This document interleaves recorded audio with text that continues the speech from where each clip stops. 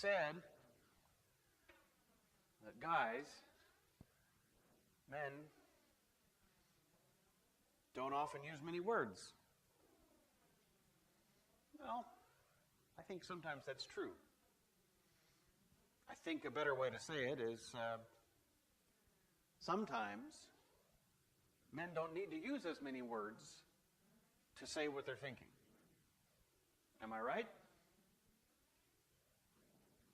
Now I'm getting a whole conflicted response from you.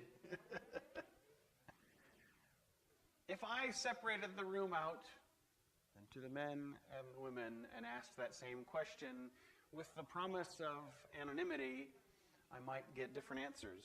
Yes? Men, wink with your right eye if it's yes.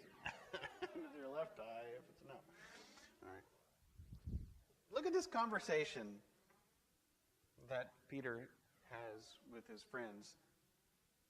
You know, there are mighty powerful debates over the literal nature of what is said in Scripture and how to translate out of the Greek and what words to use and so on. But I think this one is dead on. I think they got it absolutely and capturing the character of this guy conversation that happens here.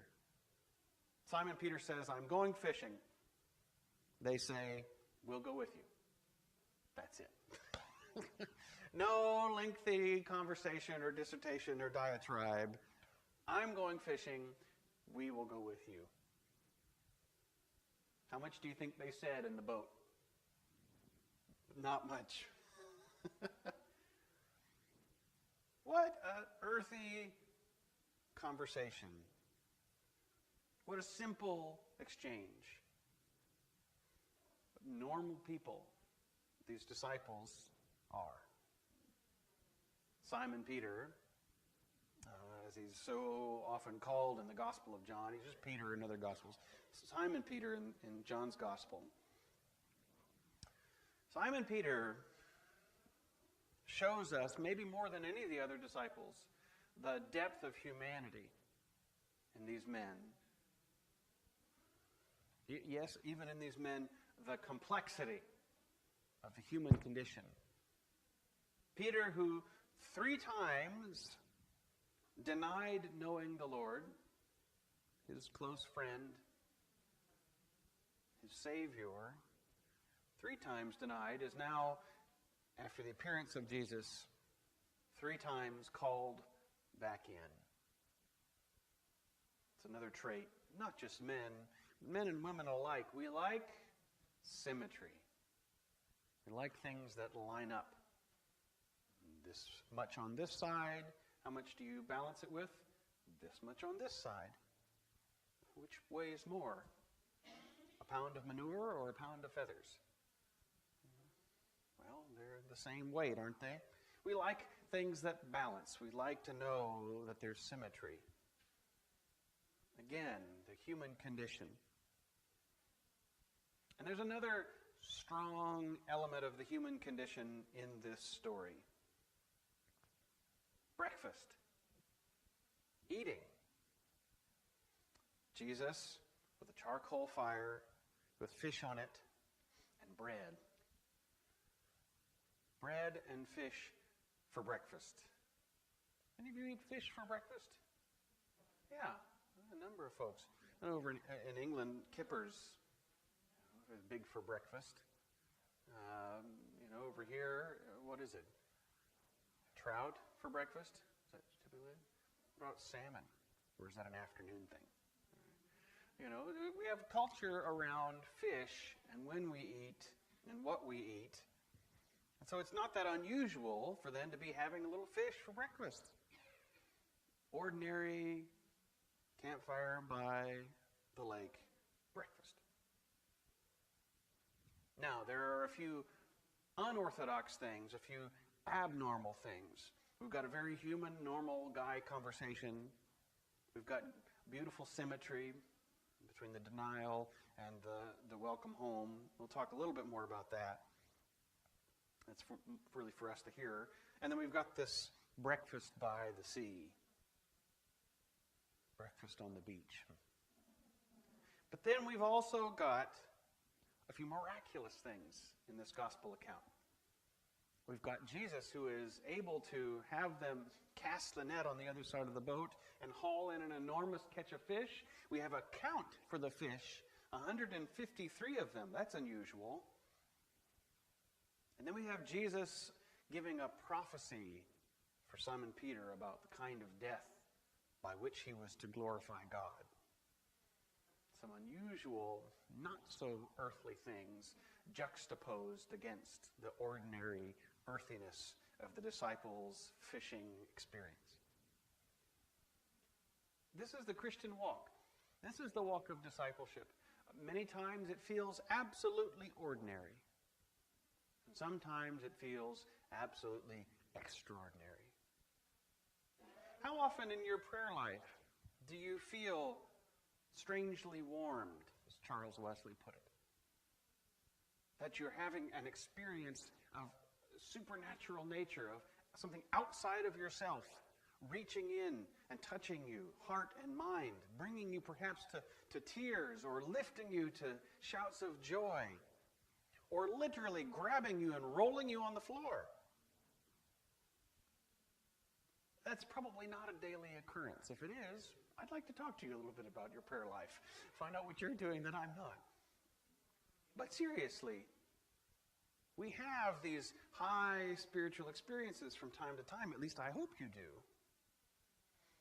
But more often than not, it's ordinary normal. My undergraduate degree in college was in music theory and composition. And my wise composition instructor, Dr. Usula, said to me, 90% of what you write is going to be crap. Just live with that. I thought, okay. But you've got to write 100% of the time to get to the 10% that's good. Because it's always going to be 90%. And hopefully you can improve that ratio, and maybe 20% of what you write is really good. And then you make a little bit of a name, and then maybe 30%. And then people are willing to take even the stuff that you don't think is all that good because it's you. But until then, you've got to write 100% of the time. Every day, pen, pencil, paper, at the desk.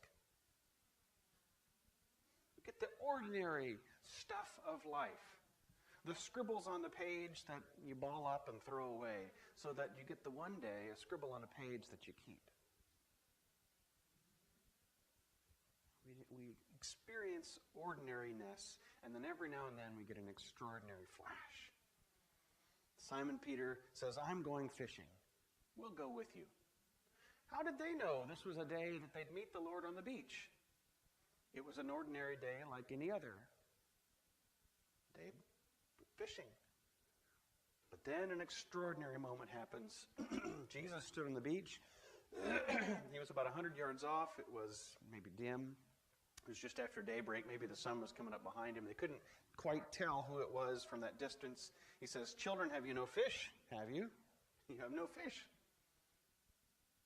They said, no. Again, another short, don't need an explanation. No, we don't have any fish. So he said, cast the net to the right side of the boat, and you'll find some. Now, if you've been fishing before, have you ever said to yourself, maybe they're just not over here. Maybe they're on the other side of the boat. Anyone ever said that? I've experienced that. Maybe they're not at this dock. They're on the other side of the lake. We just, at the men's Bible study on Thursday, we just watched Andy Griffith. And this drifter had been in town, and he'd been fishing at the lake. And they were coming away from the lake, Andy and Opie, and the drifter says, no, I think I'm going to go try the other side of the lake. They weren't on this side. Well, we experienced that. I got to imagine that the disciples thought, who is this guy, and why is he joking with us? Cast the net on the other side of the boat. That's the oldest one in the book. But they did it. And now they weren't able to haul it in because there were so many fish. The joke's on them. That was Jesus who told them. Now that disciple whom Jesus loved said to Peter, it's the Lord. You think? Yep. When Simon Peter heard it, it was the Lord. He put on some clothes, for he was naked. Now, these guys must have been really comfortable with one another. Mm-hmm.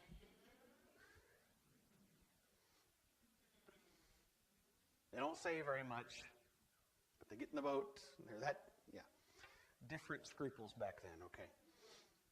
But the other disciples came in the boat, dragging the net full of fish. They weren't far off from land, only about 100 yards. And when they had gone ashore, there Jesus was with the fire. So we go from ordinary fishing to extraordinary, miraculous event to back to ordinary. Jesus said, bring some of the fish that you just caught. So they go out and they haul the net ashore, and there's 153 fish. There were so many of them that the net was bursting, but it was not torn. The idea is that there was abundance in that net. Foretaste of things to come. So, ordinary fire, miraculous haul of fish, back to ordinary again. Jesus says, come and have breakfast. What can be more ordinary than breakfast?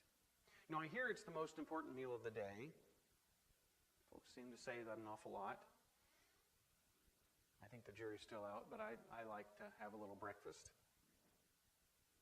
Now, none of the disciples said to him, who are you? Because they knew it was the Lord. Well, yeah, the beloved disciple had said so, and Peter went swimming to find out.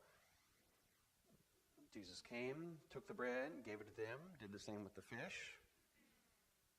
This is one of the meal experiences in which Jesus is revealed, not relating back to Holy Communion, but relating to another miraculous feeding event. What does that sound like? Loaves and fishes, feeding of the 4,000 or the 5,000. The miraculous feedings that Jesus did. You know, Jesus breaks the bread after the walk with the men on the road. It's bread and wine. That's a communion symbolism. Jesus spends a lot of time symbolizing communion, but here he's symbolizing an ordinary, yet referencing a miraculous. Gave him some bread, gave him some fish. If they weren't sure before, they better be sure now. This is Jesus. After they'd finished breakfast, Jesus and Simon have this conversation. And here's the symmetry that I talked about. Remember, Peter denied Christ how many times? 3 times. And here we have Jesus asking him a question 3 times. Simon, son of John, do you love me more than these? Than whose? Than the fish? Than the other disciples? We don't know. Do you love me more than these? He said to him, yes, Lord, you know that I love you. That's the important part of the question, is that L word. He said, feed my lambs. Sort of an if-then. We like that kind of cause and effect. If you love me, then do this. Simon, son of John, do you love me? He said, yes, Lord, you know that I love you. Jesus said, tend my sheep. Same kind of idea. And he said to him the 3rd time, Simon, son of John, do you love me? Now Peter felt hurt. This is the question I have. Did he feel hurt because he thought that Jesus didn't hear him?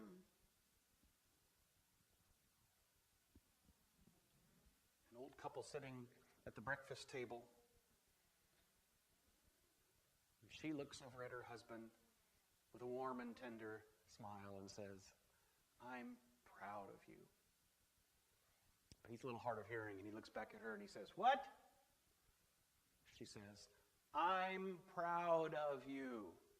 He says, what? She says, I'm proud of you. He says, I'm tired of you too.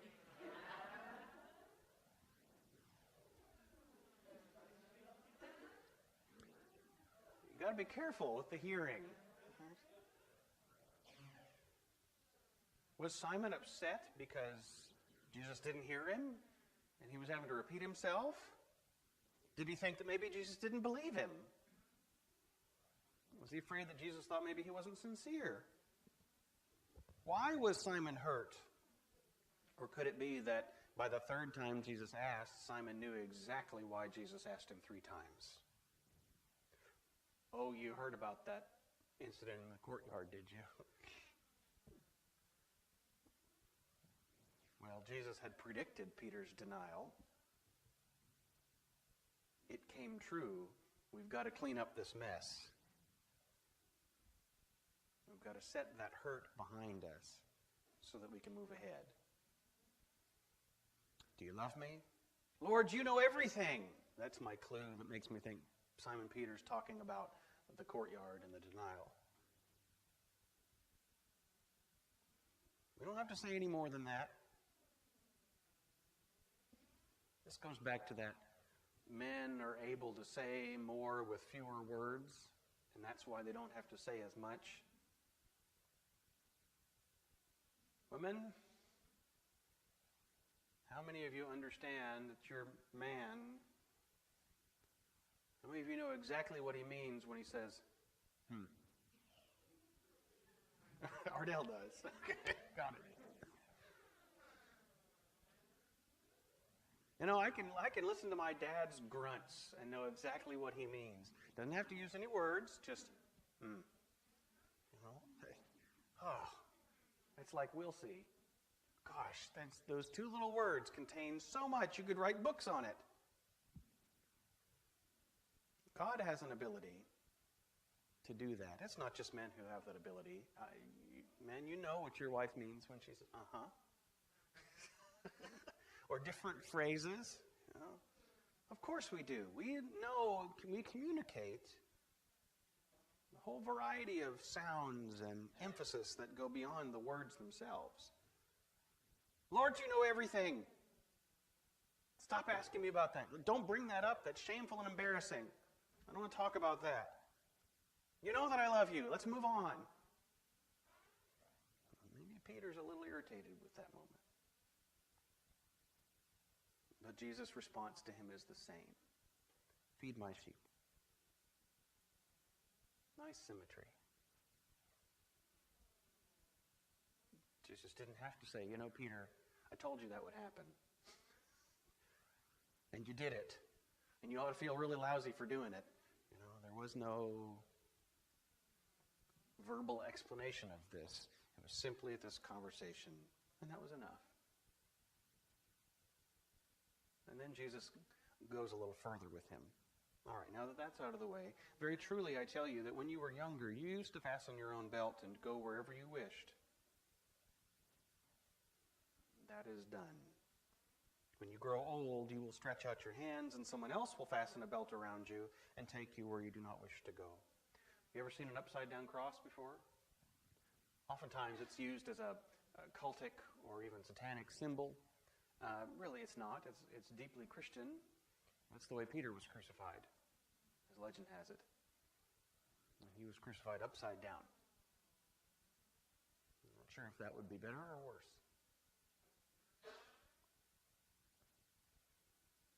And so in order to keep them from falling off the cross, they would tie a belt around their waist, strap them to the cross at the waist. Okay. I don't know if that's what Peter had in mind when he heard Jesus describing this. It didn't matter. After this, he said, "Follow me." Jesus calls us out of the ordinary and the extraordinary.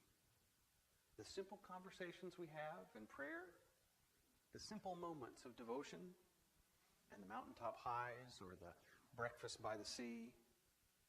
Jesus calls us to follow him. He knows how we've messed up. He knows how we've not been very faithful, how many of these marks of discipleship we forgot about. He knows. Believe me, I don't need to remind you of your flaws. We're already really good at that. But we need Jesus to remind us of his love and his acceptance, of his grace and his mercy and his call. No matter what you've done, hear that simple, clear voice of Jesus today, that gracious call